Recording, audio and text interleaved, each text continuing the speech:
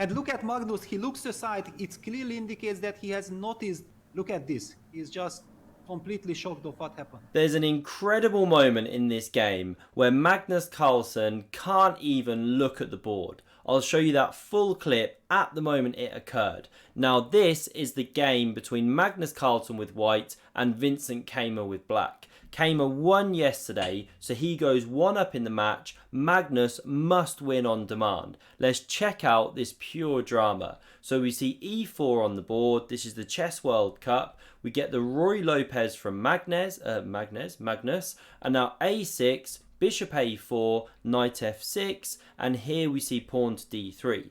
Not the more common castles, but you see this a lot now too. And bishop c5. We're going down kind of a sideline here after Magnus then goes bishop to g5.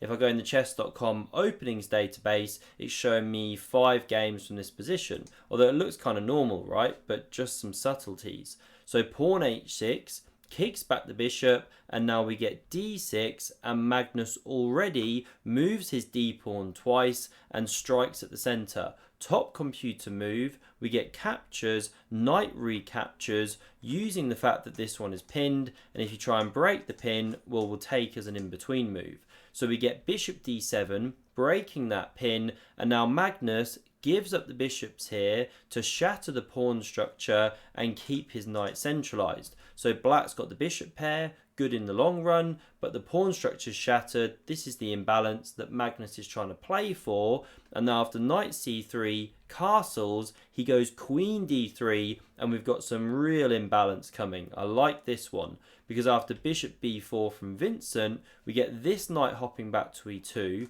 to support this one, and now queen e7, pressuring this pawn, and castles queenside. Of course, Magnus is here for a fight. He's in a must-win situation. So we see rook f to e8 played, pressuring this pawn. f3 covers, and now queen e5, a nice centralising move, daring white to go f4, leaving the e4 pawn critically weak. Magnus doesn't do that. His top moves here are rook hf1, kind of a subtle, weird rook move, classic computer move, or pawn g4. But what does Magnus do? He goes pawn to a3. Really natural looking move to put a question to this bishop, but you see the eval bar go is actually a big mistake. Now what's the problem with this move? Well, after captures, which Vincent plays, now you can't take back with the knight, or there's a tactic here. Can you spot it? How does black win the game? On the spot.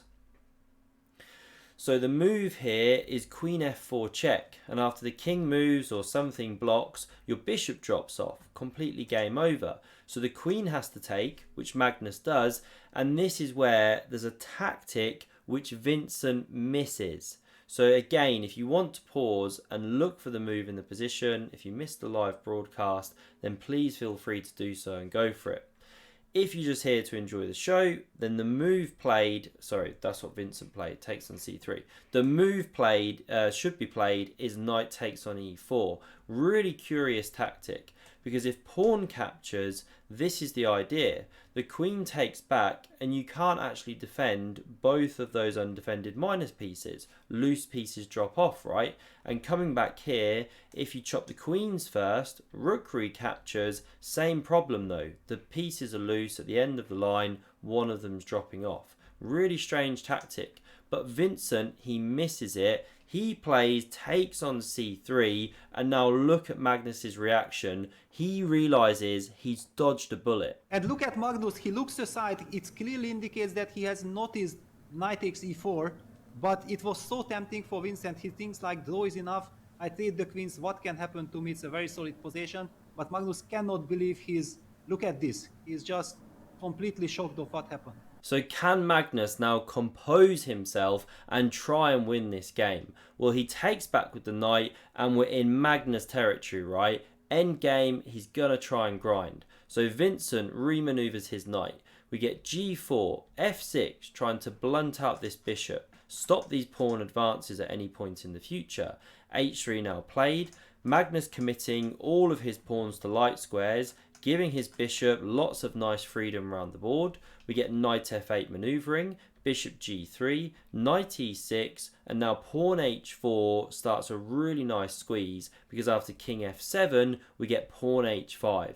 One pawn clamping two pawns here, always desirable. So rook a d8 centralizes. Now big traffic jam right now, but watch how Vincent clears it. So rook he1 centralizing, and now bishop c8 underdeveloping, opening the eyes of the rook. And after rook d3, bishop b7, we see a fight starting to emerge for this key d5 square. You know, is black ever going to achieve this, for example? You have to be a bit careful you open the bishop, but there's ideas in the air if you can time it right.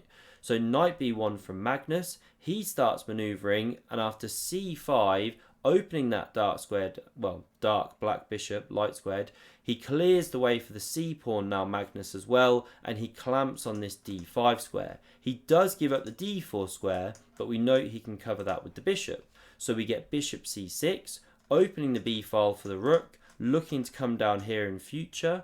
b3 stops that activation, does weaken this pawn, but Magnus has got it covered. Rook b8, bishop f2, covers any knight d4 hops, adding pressure.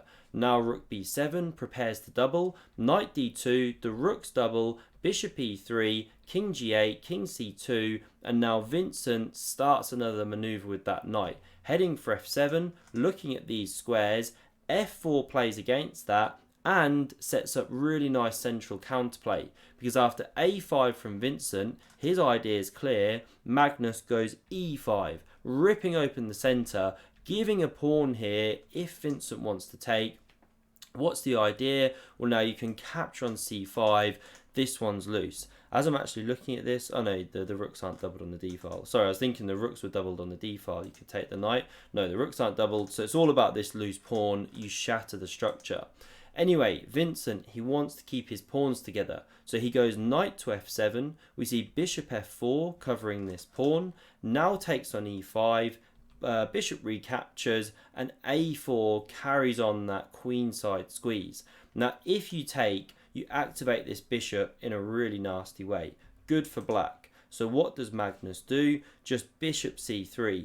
Awesome play from the world number one, because after captures, the king now moves, and although you go a pawn down, Magnus is using this one as a kind of shield, blocking the rooks, also blunting this bishop's activation, whoops, something like that.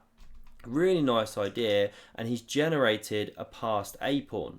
So we get rook e8, these ones exchange, rook d5 now played, hitting that loose c pawn, and this is the point. Black can't hold on to the extra material. So bishop c6 provokes this one, moves the rook from the d file, then drops back, targets this pawn, which can't be sensibly defended.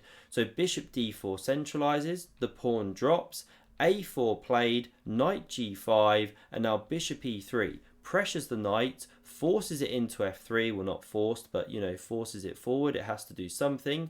Now we see takes, bishop recaptures, and a5 from Magnus. And it's a fascinating position because you've got the opposite coloured bishops, which typically can be very, very drawish.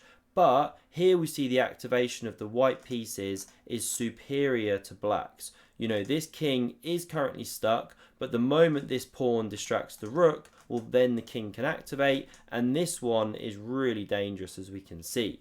So rook b4 from Vincent, great move, only move to keep things alive, preparing to come behind the pawn, saying, yes, Magnus, you can take that pawn if you want, but then I'm going rook a4, and if you come back with the rook to hold this pawn, well, now I'm holding on to this one, your king's going to struggle to get active. This is not the way for white to play.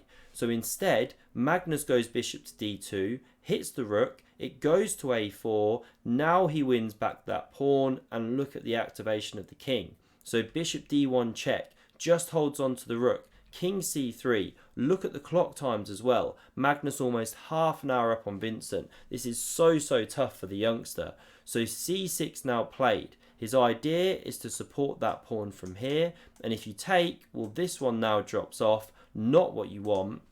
So Magnus doesn't capture the pawn, he improves the king.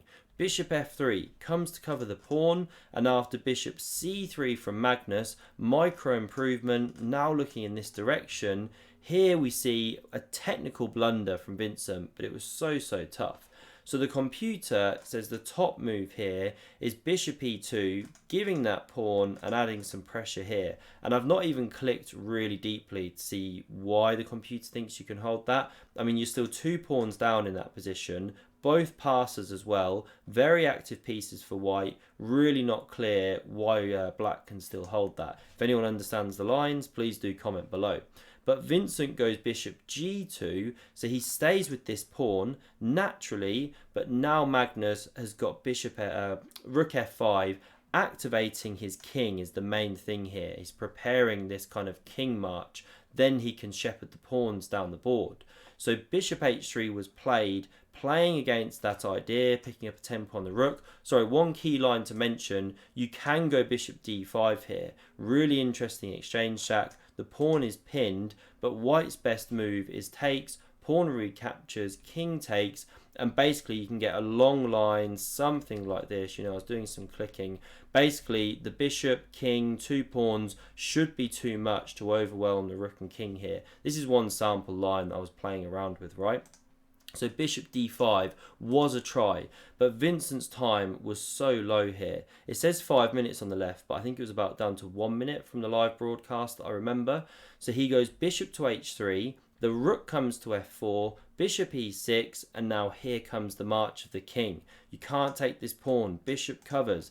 Everything's bad now for Vincent. He drops back with the rook, hits the bishop, but king b4, comes back, covers the bishop, hits the rook, and yes, it's going in the opposite direction. It even steps back one more step now, but this is the beautiful thing. It kicks the rook off the a file, and now watch the progress of the a pawn. The bishop moves, making way for this rook to retreat. a7, rook e8, rook e4, you cannot take, or white's going to make a queen. So this rook comes here, and now rook e7, absolutely miserable for black. You not only defend the pawn, but you attack here. Vincent goes c5, trying to add some defense to this corner, but now rook b7, forced resignation from Vincent Keymer. Why? Because if you now go bishop g2, preparing to meet this with, you know, the defense of the rook, well, actually, white doesn't do that. You simply take here with check, then you pick up an entire bishop. And of course, this is a completely lost endgame. Both pawns will drop, and then white's got 2 extra pawns as well as a bishop. It's game over. So coming back here, this was the final position. Truly an exceptional endgame by Magnus, but Vincent, he did have a chance early in the game, missed the tactic unfortunately. I hope you enjoyed. Do hit subscribe to not miss the tie breaks coming soon. And if you want to see another epic game of chess, check out the video on screen, and thanks very much for watching. See you soon.